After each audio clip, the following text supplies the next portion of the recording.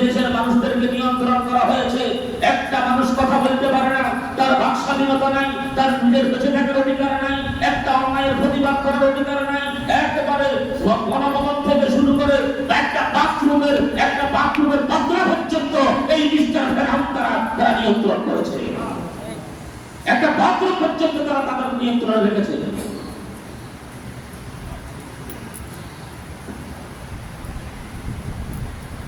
সম্মানিত উপস্থিতি, আল্লাহ রাব্বুল আলামিন কোরআনুল কারীমের ছোট্ট একটি সূরা পড়েছি, সূরাতুন নাসর। আল্লাহ রাব্বুল আলামিন ফরমান, আমি গত 2 জুমার আগে আপনাদের নিশ্চয় মনে আছে, আমি হযরত মূসা আলাইহিস সালাতু ওয়াস সালাম এবং ফিরআউনের কথা শোনাচ্ছিলাম আপনাদেরকে কোরআন থেকে। আপনাদের কি মনে আছে? আল্লাহ রাব্বুল আলামিন মূসাকে যে কথাগুলো সান্ত্বনা দিতে গিয়ে বলেছেন, সেই সান্ত্বনার বাণীগুলি কি আমাদের জন্য আসবে না আসি গেছে? আসি গেছে। আলহামদুলিল্লাহ বলেন, আসি গেছে। আল্লাহ সাহায্য তিনি করবেন। আল্লাহ পাক বলতেছে, তোমরা কত তাড়াহুড়া করতেছো, আমার সাহায্য তিনি করবেন। আল্লাহ পাক কোরআনুল কারীমের ভিতরে বলতেছেন, আলাইসাল্লাহু বিকাফিন আবদা, ও আমার বান্দারা বলো, আমি কি তোমাদের জন্য যথেষ্ট নই কি? বড় অবশ্যই যথেষ্ট। আল্লাহ পাক বলতেছে, আমি কি তোমাদের জন্য যথেষ্ট নয়? আমি কি তোমাদের জন্য যথেষ্ট নয়? কিসের বিদেশিদের প্রভু? কোথায় কোন বিদেশি প্রভু? কোথায় কোন বিদেশি অত্যাচার? সেদিকে আমাদের দেশের রাজনীতিবিদেরা তাদের পিছনে দৌড়ায়, তারা তাদেরকে ক্ষমতায় বসাবে। আর দেশের ছাত্র জনতা ভাবাত করেছে, বড় বিদেশি প্রভু দেশের দরকার নাই, বড় বিদেশি অত্যাচারের আমাদের প্রয়োজন নাই, বড় বিদেশিদের মতো আমাদের প্রয়োজন নাই, বড় বিদেশি অস্ত্রের প্রয়োজন নাই। এই দেশের ছাত্র জনতা শুধুমাত্র আবাবিল হয়ে আল্লাহ রাব্বুল আলামিন আবাবিলকে পাঠিয়েছেন খানায় কাবাকে রক্ষা করার জন্য। তাদের মুখের ভিতরে ছিল ছোট ছোট পাথর, কি ছিল? আর এই দেশের ছাত্র জনতা তারা আবাবিল হয়ে আল্লাহ পাকের মদদে তারা রাস্তায় নেমেছে। তাদের হাতে ছিল শুধুমাত্র ইটের কণা, আর কিছু ছিল না তাদের হাতে। তারা এটা দিয়ে একটা রাষ্ট্রযন্ত্রের বিরুদ্ধে তারা মোকাবিলা করেছে। তারা বুক পেতে দিয়েছে, তারা গুলির মুখে দাঁড়িয়েছিল, তারা এই দেশকে স্বাধীন করে দিয়েছে। আলহামদুলিল্লাহ। যেটা আপনারা করতে পারেন নাই, আপনারা করেছেন, নিরাপদ একটা দেশ আমাদেরকে উপহার দিতে পারেন নাই। আল্লাহ রাব্বুল আলামিন ফরমান, আউযু বিল্লাহি মিনাশ শাইতানির রাজীম, বিসমিল্লাহির রাহমানির রাহিম, ইযা জাআ নাসরুল্লাহি ওয়াল ফাth। আল্লাহ পাক ফরমান, আমি আল্লাহর সাহায্য যখন তোমাদের কাছে এসে যাবে, সুবহানাল্লাহ, ইযা জাআ নাসরুল্লাহ, যখন আল্লাহর সাহায্য তোমাদের জন্য আসবে, ওয়াল ফাth, অবশ্যই তোমরা বিজয় লাভ করবে। আলহামদুলিল্লাহ। তোমরা কি লাভ করবে? বিজয় লাভ করবে। আর যখন বিজয় লাভ করবে, ওয়া রাআইতান নাসা ইয়াদখুলুনা ফি দীনিল্লাহি আফওয়াজা। পারেন না? এটা তো আপনাকে বাইরে কাছে সূরা পড়েন। ওয়া রাআইতান নাসা ইয়াদখুলুনা ফি দীনিল্লাহি আফওয়াজা। যখন তোমাদের জন্য আল্লাহর সাহায্য আর বিজয় এসে যাবে, এরপরে তোমরা দেখবে দলে দলে কাতারে মানুষগুলি তোমাদের দলে প্রবেশ করবে। সুবহানাল্লাহ।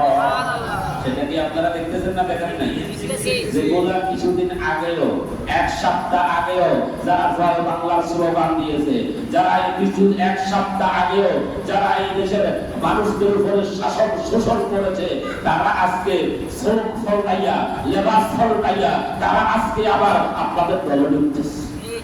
ওর কথা আপনারা দেখেন নাই? ওরে হাতারাই না দিয়ে কোন আপনার তো তবু দলে, আমরা কাপ দলে তবু দলে। আল্লাহ এই দৃশ্য, হে রাসূল, আপনি এই দৃশ্য দেখবেন, যখন আপনার বিজয় দেখবেন, তখন দেখবেন তারা আবার দলে দলে আপনার দলে প্রবেশ করতেছে, আপনার ভিতরে প্রবেশ করতেছে। তারা আছে না নাই?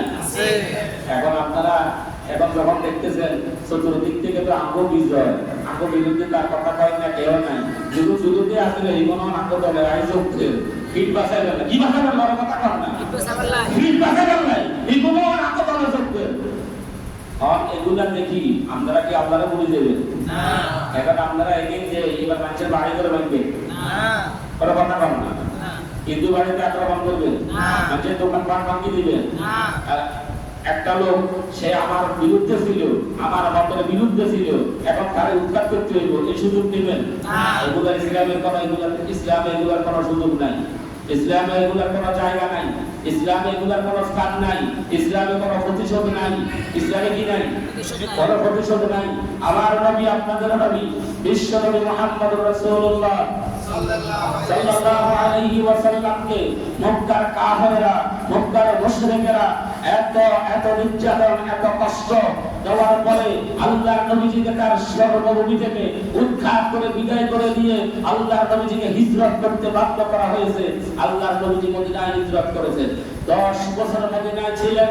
সেখানে আল্লাহর নবীজি শক্তি সঞ্চার করেছেন, সাহাবায়ে কেরামদেরকে নিয়ে 10,000 যোদ্ধাকে নিয়ে আল্লাহর নবী 10 বছর পরে আবার যখন মক্কায় আসলেন, যেদিন মক্কা বিজয় হলো, মক্কার সকল কাফেররা মক্কাকে ছেড়ে তারা পালিয়েছে যে আব্দুল্লাহ গোলাম মুহাম্মদ আসছে যে প্রতিশোধ নেবে, আমাদের কাউকে তো বাঁচতে দিবে না, কাউকে ছাড়বে না। আল্লাহর নবী সেদিন মক্কাতে গিয়ে তাদের থেকে প্রতিশোধ দিয়েছে না, একটারে দড়ি গাড়ি ফাঁসি দিয়েছে, একটারে দড়ি গাড়ি আয়না করে ঢুকাইছে। আমরা কি এদিকে খবর পাইছেন না? আল্লাহর নবী কি বলছে?